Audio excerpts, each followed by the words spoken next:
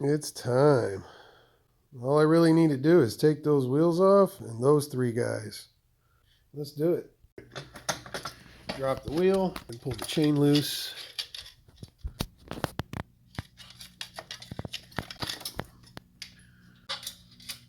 Nope. I should probably replace that chain. It's got more than 300 miles on it.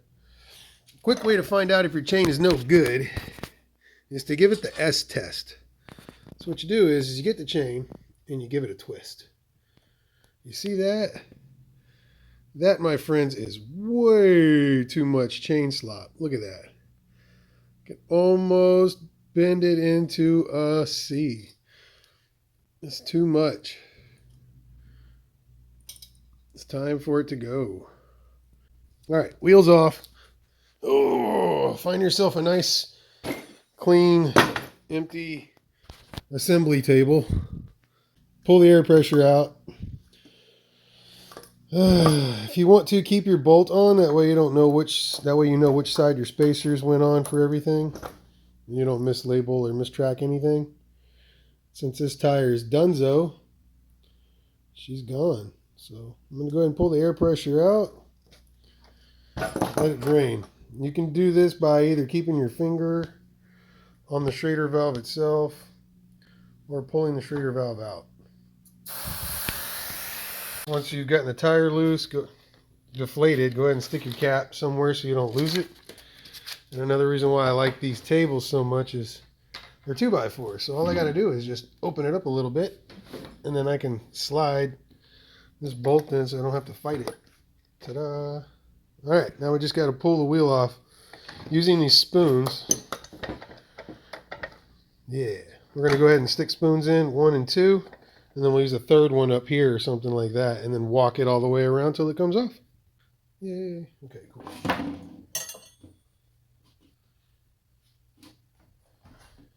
So we don't want to pierce the tube. We got to make sure the tube is low on air. Come through and use this hooked piece. Start on number 1. We'll start on number 2. Okay. Now use the back side of the sprocket to hold the wheel. Or the tire, I'm sorry.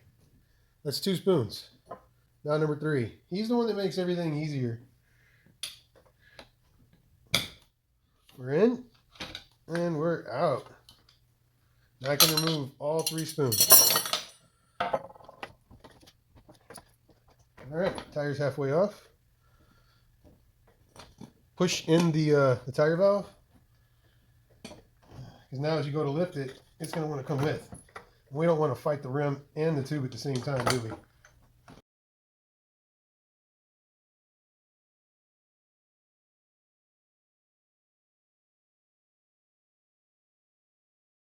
Alright.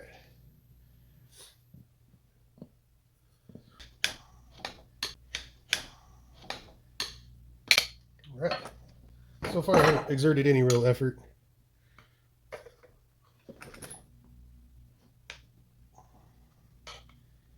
There she is. Alright, one more side to go. And I gotta get the tube over the wheel as well. There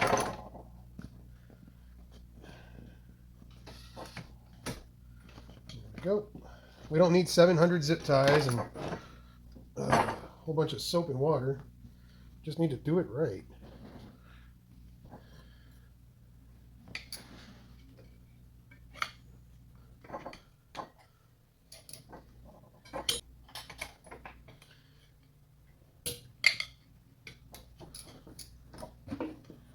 That's one. Okay, now I can play the trading game.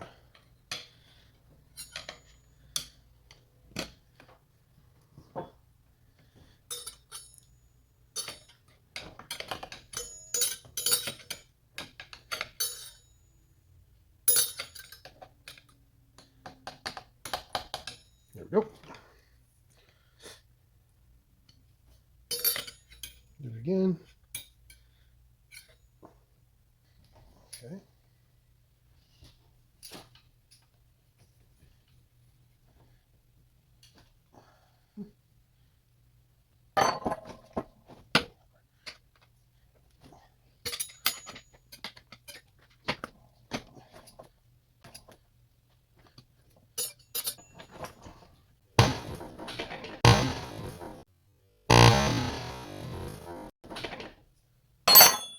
go.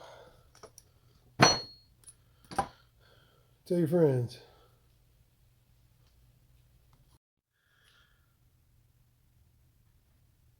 Yeah, I like the knobbies. Wish they were a little bigger.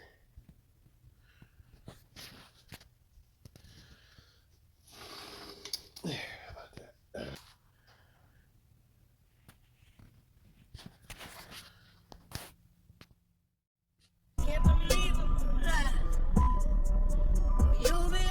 Yeah, I like the way that looks. Wish the rubber was just a little bit bigger, but I mean, I can live with this just fine. I chipped my plastic guard. I'm a little embarrassed, but I did it, so it's my fault. Pretty nice, huh? I'm going to make a speed run. Oh, all this talk about Kelly's and, you know, those kits are expensive. You know, you gotta spend, I don't know, $600, $700, $800 for a battery. That's a little crazy to me. But you guys know that I always try to show everybody how to do it on the low. Those are two $180 batteries, you know, that's $180 3 kilowatt motor. You know, I'm using $150, $160 max, 100 amp 34 MOSFET controller, because that one has a 36 MOSFET controller. It says it's 5 kilowatts, but you know, whatever. I think that's as many MOSFETs as they could fit in there. But we're going to go ahead and take it for a run, see what she do. So I'm going to go and throw on some gear, helmet, gloves, and give it a run. We're going to go ahead and use my cell phone with GPS tracking so we can verify how fast it went. But I don't get any GPS signal in the garage. So set that up, get the speed app on. That's the fastest speed for sex. All right, and then we're gonna stick it in my pocket and take it for a run. Now, don't feel bad for me, but I had a rough week. But you know, I wore myself out, so that's what I did. I did it to myself. However, I still need to go and ride. My hip is hurt. I don't know what I did, man, but my leg keeps spasming nonstop. So I went to the chiropractor and stayed there for an hour. I'm going to go back tomorrow too. But we're going to go ahead and take this for one quick ride.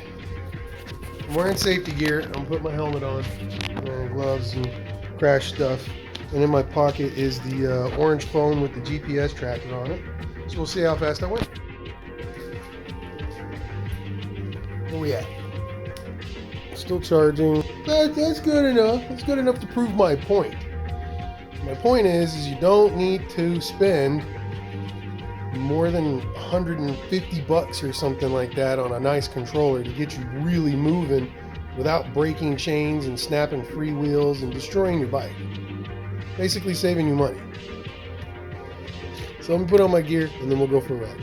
So I'm down to just my last few rotors, and I don't know if I want to make any more or not.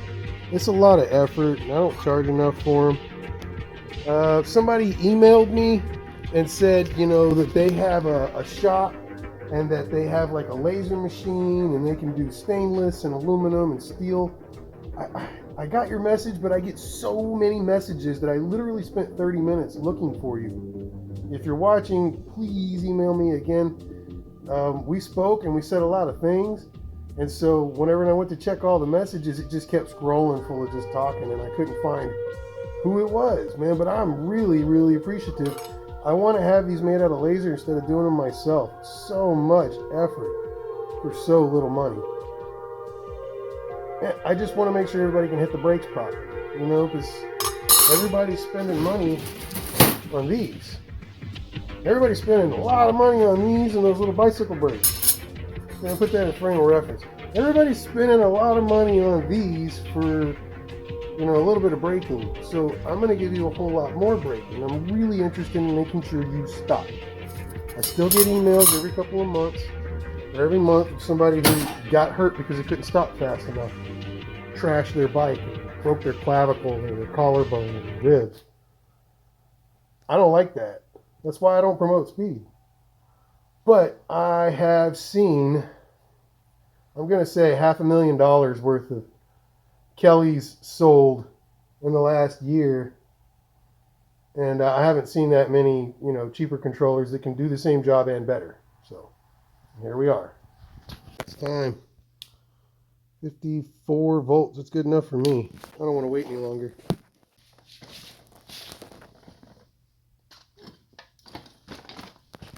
Right. Dun, dun, dun, dun, dun, dun, dun, dun. There's a razor by the hilltop.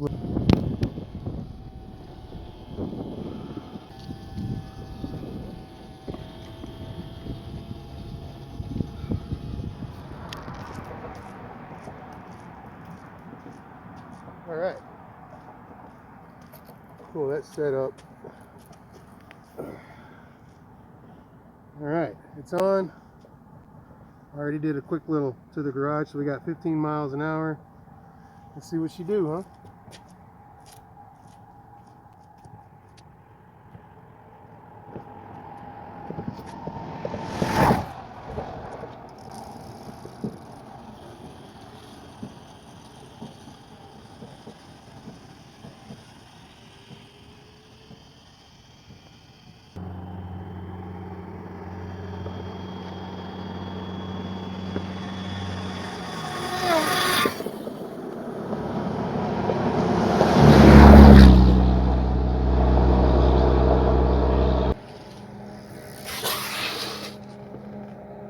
Yeah. Let's see what that was like.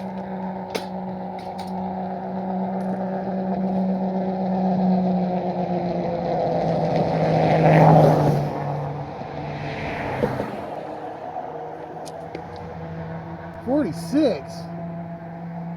What the hell? Why did I lose 2 miles an hour? Did 1 mile. Why did I lose 2 miles an hour? Oh, because I got new tires. Yeah. I got these knobbies. Remember I used to have the RFS tires? I bet you I know they were taller. Look at that gap. That's 3 fingers easy. I lost 2 miles an hour. Well, heck, I can't be too upset. You just saw 46 miles an hour. Does that qualify as fast?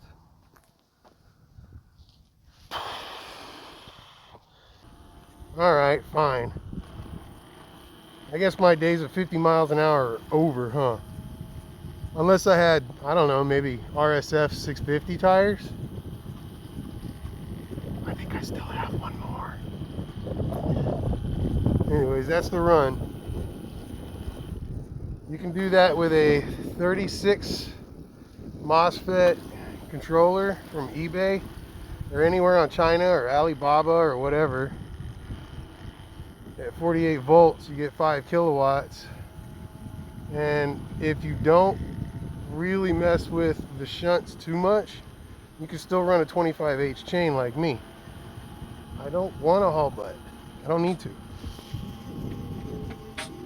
So, what's the point? 50 miles an hour is the target. 46 miles an hour is pretty fast, especially for 48 volts. With knobbies. And a big old fat 13-pound swing arm. Oh well. I'm gonna go inside. I actually got to ride my bike a mile. It's fantastic. Ooh, how do I feel about the forks? Man, the forks are awesome. Absolutely in love with them. I love my rotors. I'm very happy with these $45 TD Pro brakes with an electric brake switch in it.